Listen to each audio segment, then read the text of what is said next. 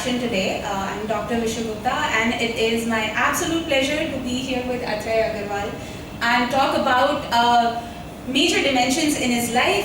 So we have Kythera Cosmic Essence Education and entrepreneurship. Right? So we'll be focusing on all of these dimensions today. So right off the bat, we're not going to go into those, of course. First, we want to know a little bit about you. So, Piyush mentioned a little bit, but so your background is in IT from St. Xavier's, Mumbai, right? And फिर Jaipur, MNIT, M.B.A, and now Kythera. So, what brought that along? Like, किस तरह से ये चीज़ shape out हुई है?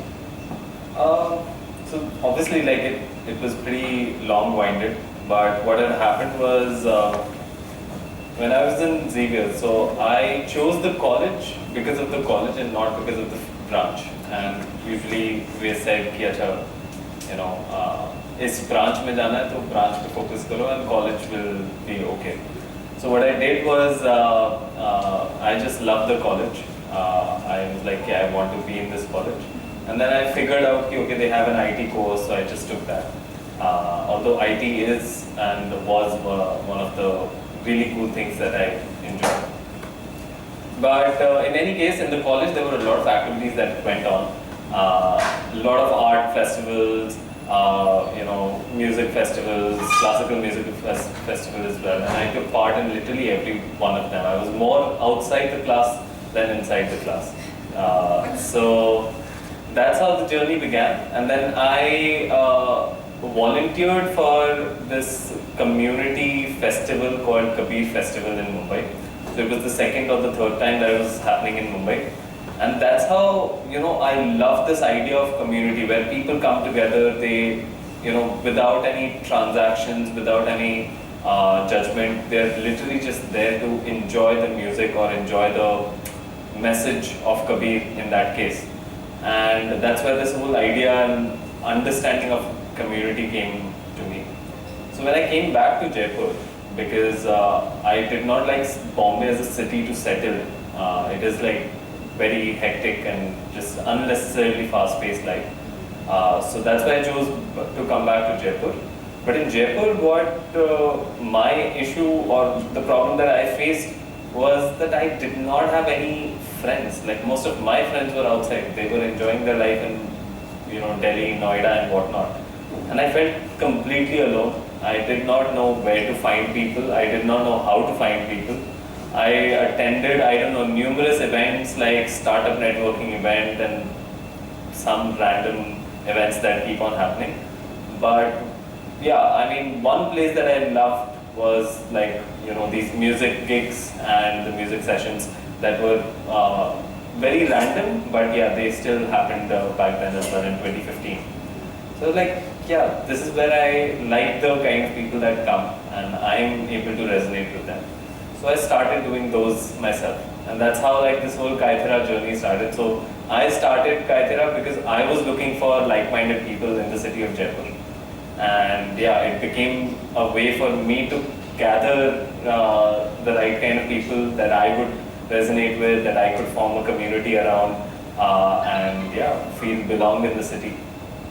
That's wonderful. I think at almost, you know, every single one of us has probably felt this, right? Especially when you move either to a new city or move back to your hometown. That you know, things change. जिनको हम जानते थे वो कहीं और जा चुके हैं और नए लोगों से मिलना is very difficult, especially those who are young. So that's absolutely fantastic. So we do want to know, Kythera is such a pretty name. So what's the motivation behind that name, and then also what happens in Kythera? Like how do you? What do we do? Yeah, what do you do? How do you do it? Kind of. Yeah. Sure. So it's actually, the name comes from this Greek island which is Kythera or Kythera as they call it. But yeah, I chose the name because I found the story very compelling and it was resonating with me. So I felt that most of our cities today, and I mean back then, it's hopefully changing. But yeah, we leave the cities out from, you know, small cities to we go to bigger cities just for economical comfort majority of the times. And and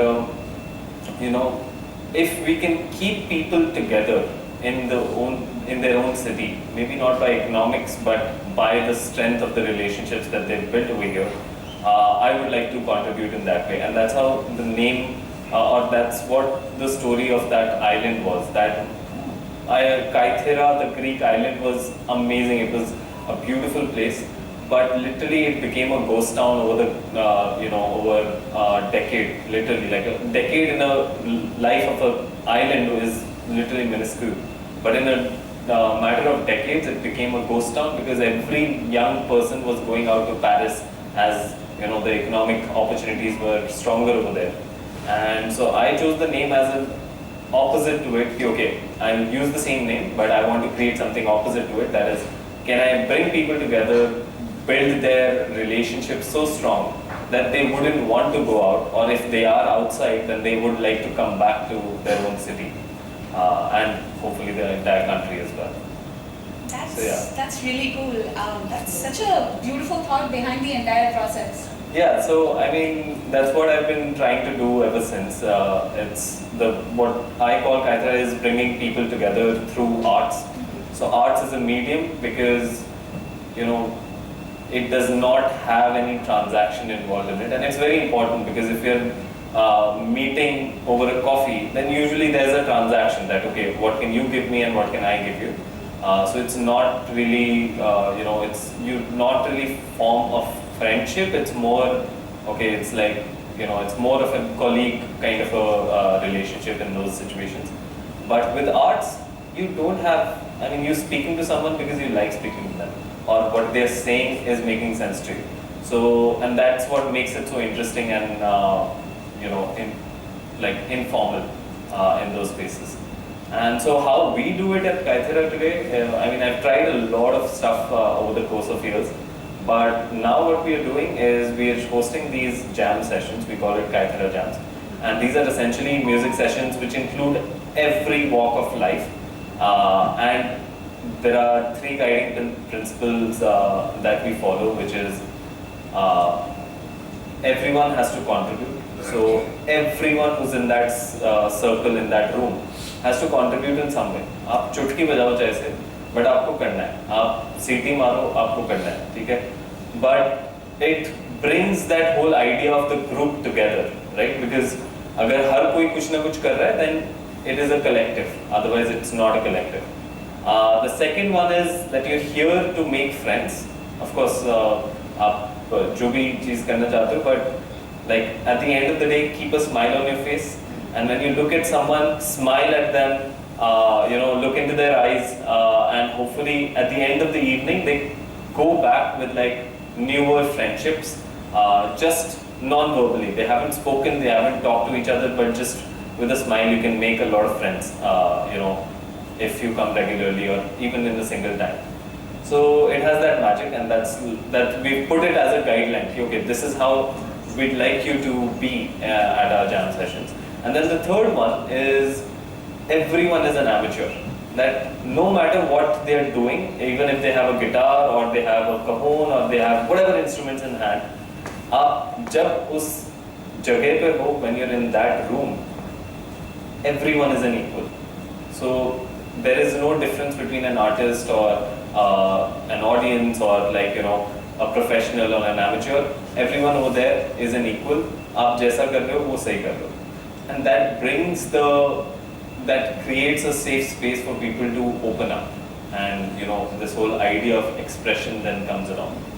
So that's what we're trying to build over there, and hopefully we'll take it to outside this one studio that we are doing it at the moment. We want to take it to corporates as well, because I feel those are the people that will really benefit from it, and also because I work with schools, then I would really like to take it to schools, because we have music classes, we have dance classes, but we don't know how to use those art forms to your benefit. Like what do you do with playing, I don't know, Koi Mil Gaya on a guitar?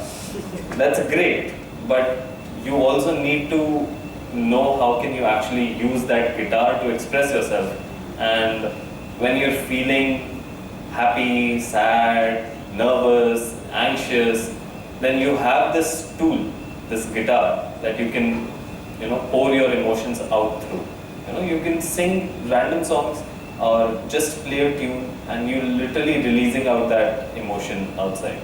And I mean, every biography, if you pick up any biography, like Albert Einstein, he used to play the violin just while thinking, right? It was his way of thinking as well as expressing what the kind of thoughts he was running through. And he went through like the Second World War, so and the First World War actually. So yeah, he saw really bad times for him.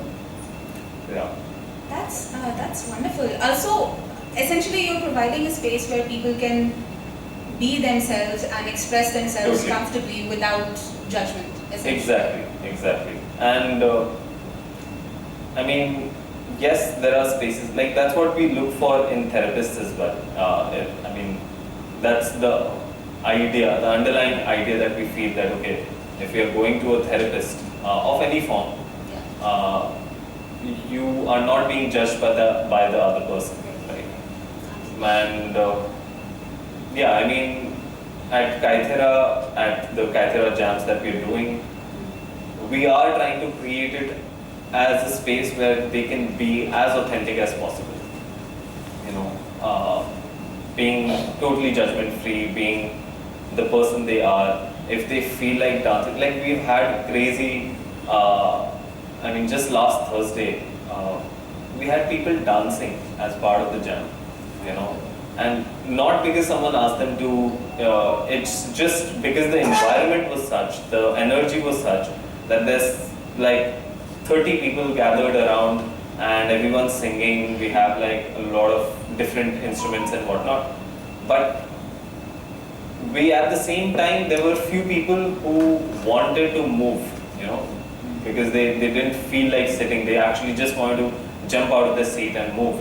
And they were able to. Because usually I can't go and dance today right now, right? Because I will feel very, cordoned off with it.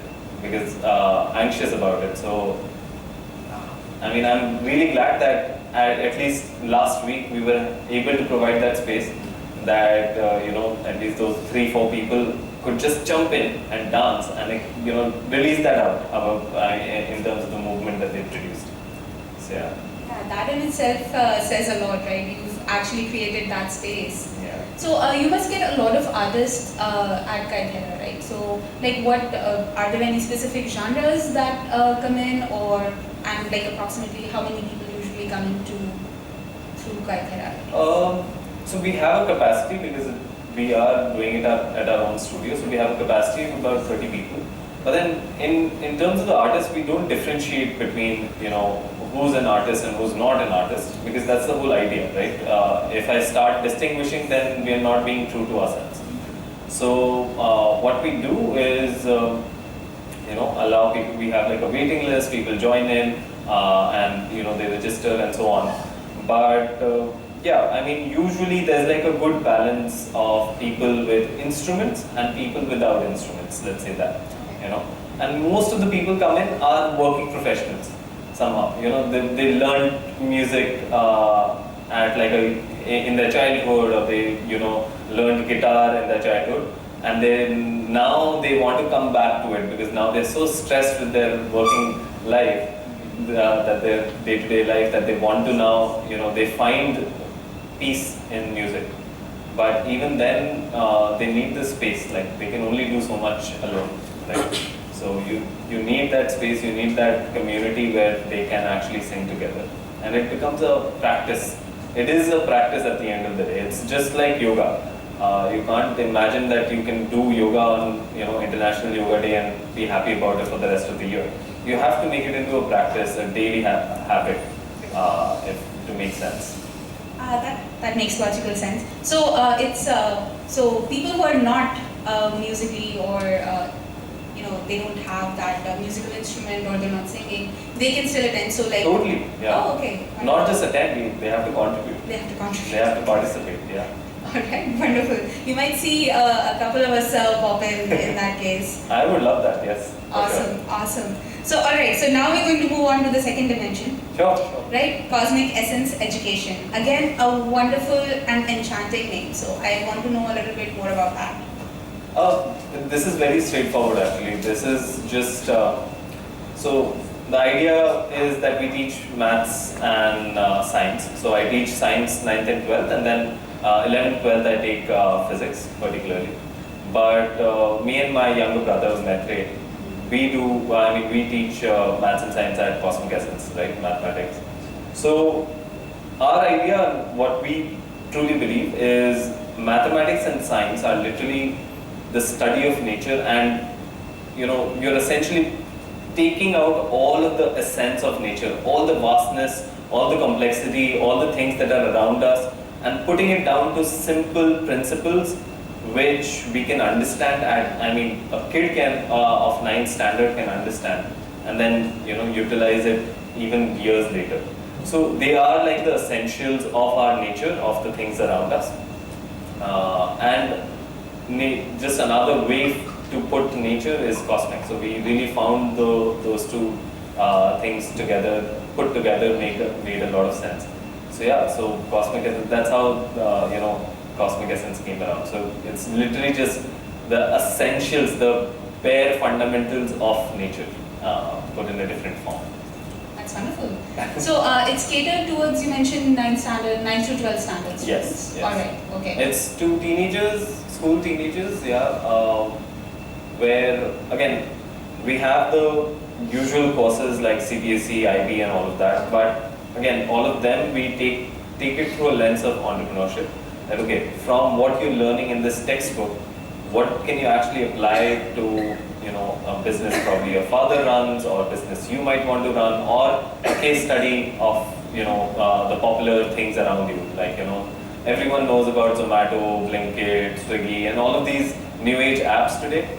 So there are these examples right here, because I've studied them for so many years. Atray has studied them for so many years that we can just discuss about them as to how they relate to maths and science and the topics that we're discussing. So that's where we work. And then of course we also do skill development workshops, which is public speaking, which is again, these are skills that we find are the building blocks of entrepreneurship or anyone with an entrepreneurial mindset. So you do need the way and how do you articulate your words or thoughts, and then you put it out in a way that people would like to listen to you. So public speaking is one, and then just note taking. Note taking is such an important skill today because essentially everyone is a knowledge worker. We literally, everything that you do is based on books and material online, and so you need to learn how to make better notes so that they can be used 10 years down the line, not just for like the 6 months of the exams. So that's why. So you're focused more on practical applications and skills, right? Because this note-taking specifically, if we talk about it, is becoming a lost art, I feel. People are so reliant, we're getting so reliant on our phones for either recording a message and just sending it, and then हाँ इसको हम बाद में देखेंगे, ये हमारे पास आ गया notes में. But note taking actually is a very important skill to have. So you're dealing with 9th to 12th standard students and their respective parents. So now India is a very competitive country, right? बचपन से ही हमारे साथ वो शुरू हो जाता है, grades ये, marks ये, rank ये, right? So how do you balance that out? Like how do parents and kids even, how do they resonate with this style of teaching that you're focused more on skill and knowledge and relating it with entrepreneurship, I guess? It's actually been very difficult. It's there's no simple answer to it. I mean, we're trying our level best to encourage it, to educate the parents, because majorly the expectation comes from them, but also once you're a teenager, you do create expectation from the people around you as well. So, the education about all of this is equally important, but at the same time, we tell them very simply, like a lot of the parents understand that because they have been a product of, you know, these exams in some way or the other. So they felt, okay, like, okay, today probably I run a family business, but you know, 10 years back, 20 years back, I went through the same exact process of an exam, probably did not do very well, and it, you know, shattered my confidence at that time. And I wouldn't want that to happen for my child, no matter which field or branch they want to take in. I would not want their confidence to, you know, be put down by an arbitrary number that, you know, that, and the exam is not a function of yours. Sometimes it's not a function of your intelligence. The exam is just a competition, like just a function of the population. That we have so much, you know, so many people going for the same exact thing, and that's why it becomes like, you know, a big defeat, or it feels like a big defeat. Yeah. But it's not really, you know, it's not really saying that you are any less than anyone else out there, right? It's just about the number of seats being super less, and so we need to create that whole system around it. So parents are coming to terms with it, but yes, it is a very difficult thing. So we do organize different other outside, like things outside of class as well, through which they can actually see. So we do organize, so for public speaking, we will have like stage performances or speeches, and then we'll have, we're planning like a fair for the kids where they can actually put up a small stall, you know, of their own, where they run like a mini business, even if it's just for a day or two. But they still learn about the mechanics of it. They understand the finance part of it. They understand how do I source a product, like even if I want to get that water bottle, how much does it cost me? At what price will I be selling it? Like the basic things of, you know, creating a small mini business for a day or two. And so, you know, just by that, just by knowing, and then like the money again becomes like a metric in a way that they can track in those very small creations. So those are the ways that we're trying to work around it, but it's still very difficult always. Yeah, I would imagine it's difficult, but it sounds like you are taking very directed steps towards it. And yeah, you have to, absolutely. But I think all of us can agree that particular stall, the exhibition type you're organizing, you should, I think if you share it with us, we'll be more than happy to kind of, you know, share that in our circle and get the word out, because this is very cool. I mean, I wish we had done some stalls like that when we were kids. That would have definitely taught us more life lessons than calculus lessons, I guess. Alright, so I'm going to come on to the third dimension now. Sure. So the entrepreneurial spirit, and you're working on entrepreneurial physics teaching. Yeah. So tell me a little bit about that. So as I said, in Cosmic Essence, our focus is entrepreneurship, and how we do that is through the subjects of maths and physics. And like it's our core belief that with the advent of technology, you know, literally every year, every 2 years, we have this new breakthrough technology that makes us think, okay, what the kid is studying today, is it even going to be relevant tomorrow, right? For simple fact, like, I mean, today with AI, do I even need to study anything at all? You know, do I even need to study anything for that matter? Because everything can be given to it, given by it to me. So what we believe though is very strongly that an entrepreneurial spirit and mindset of that, you know, it's a human mindset where we create these technologies and then we figure out where to put and apply these technologies in our world, in our work, in our whatever you know, contribution that we want to make. And so that spirit is not going to change. You know, that mindset, if that can be cultivated at such a young age, at such a fertile age, then it can actually, you know, no matter what changes might come in technology or times, it will still be relevant to that kid, to that student. And that's why we, use mathematics and physics to go back and teach entrepreneurship. So relating a concept of management with a concept of science, how did that, occur? It's just me being me, like literally. I don't have a better answer for that because I love business. I've studied management. Like when I went into MNIT, it was not from a degree perspective. I actually wanted to learn. So that one thing, and then at the same time, I love science and how, the processes of science, and we see it all around us. Like today, the world is literally run by engineers.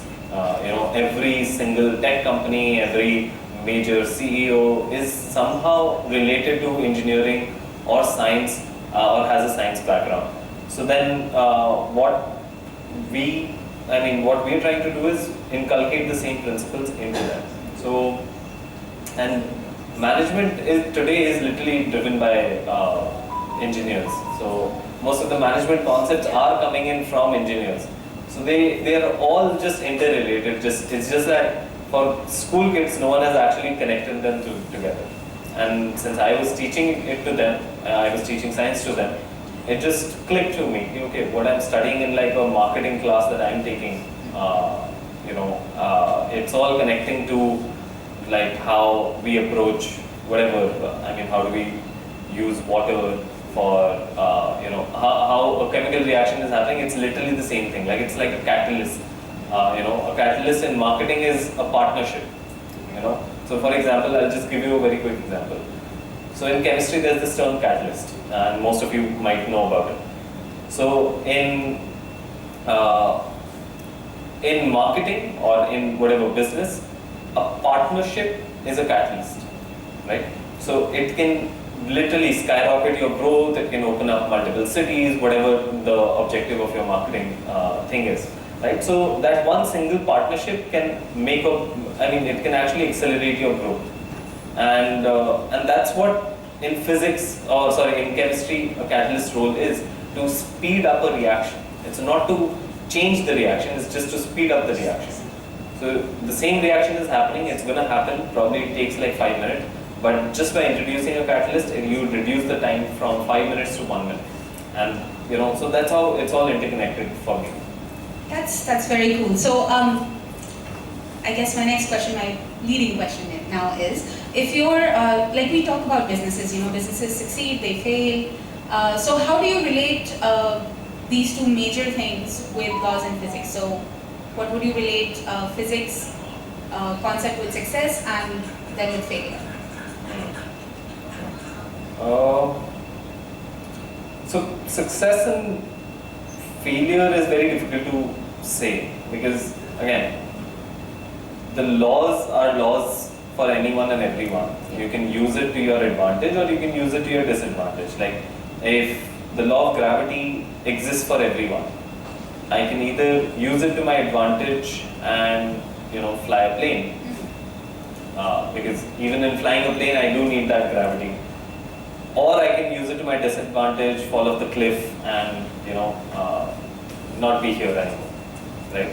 So that's the laws do not change. It's just the application of it that changes. So I can give you one that I personally find very fascinating and useful. One is this whole idea of experimentation, and again, it's a skill that needs to be learned by students, taught to students as well. So, and we use it and we should be using it every day for our own lives. How much sugar should I be taking? What is the sugar doing in my body? And so on and so forth. These are all experiments that I run, right? So for example, in a simple experimental cycle, how it starts is you have a hypothesis. Then you have a test that you run based on that hypothesis. Then you get a result or a feedback based on the test that you've run. And based on that result, you iterate and you change your hypothesis, right? So in a business, it can just be, okay, my assumption is if I take this water bottle, sell it in Mumbai, I'll probably, sell whatever, 1 lakh rupee in 1 week, okay? So my test would be, okay, can I run Facebook ads for 1 week and see what my, how much sale do I do? The result is, did I reach 1 lakh or not? And then if I don't, then I iterate on it. Then I change either my product or I change my way of reaching out. Maybe I don't use Facebook ads anymore, and certain things. And similarly, if it works out, then great. Then can I now extend it to 30 days, and so on. So it's essentially the experiments that we conducted in school or in college, and we're applying that same aspect to trying out different strategies. But the experiments we conducted in school are actually something that was designed already. Right. True. So over here we have to design it. So that is a skill. How do you design an experiment in itself is a skill. Right. And that no one is teaching, unfortunately. I'm glad you guys are starting to do that now. That's fantastic. Alright, so now we're getting to one last segment of our interaction today, which is a rapid fire. Alright, so I do have all of my questions ready. So I'll name one term of physics and you have to correlate it with the term of entrepreneurship. Sure, I'll try my best. Alright, awesome. Ready? Everybody ready? Yes. Yes, awesome. Okay, let's go. Momentum. Momentum is growth. Okay. Escape velocity. That's a flywheel. Okay. So again, it's very simple. If I keep working at a particular problem, so if Amazon keeps increasing the customers, lowering its prices, increase its merchants, and gives us the convenience of reaching the, delivering the product as early as possible, this is a flywheel. And if I keep doing it for 10 years at a time, I will reach so far ahead that the second competitor is nowhere to be seen also. So that's like escape velocity. Right, okay. Right? Okay, leverage. Technology. Okay. Catalyst, you just mentioned. Yeah, catalyst is just mentors, partnerships. Those are catalysts in entrepreneurship. Inertia. Inertia is resistance to change, I would say. And every organization has that. Even an individual has that. Right, very true. It's really difficult to overcome that one. Yeah. Alright, and experimentation, which? Experimentation, yeah, I mean, that in itself it's directly applicable. Like, experimentation is, startups are based on experimentation today. Right, they're trying and they're retrying. Yeah. This whole idea of pivot and lean startups and all of that is all based on experiments. True. So thank you for answering our rapid fire and thank you so much for patiently answering all of our questions.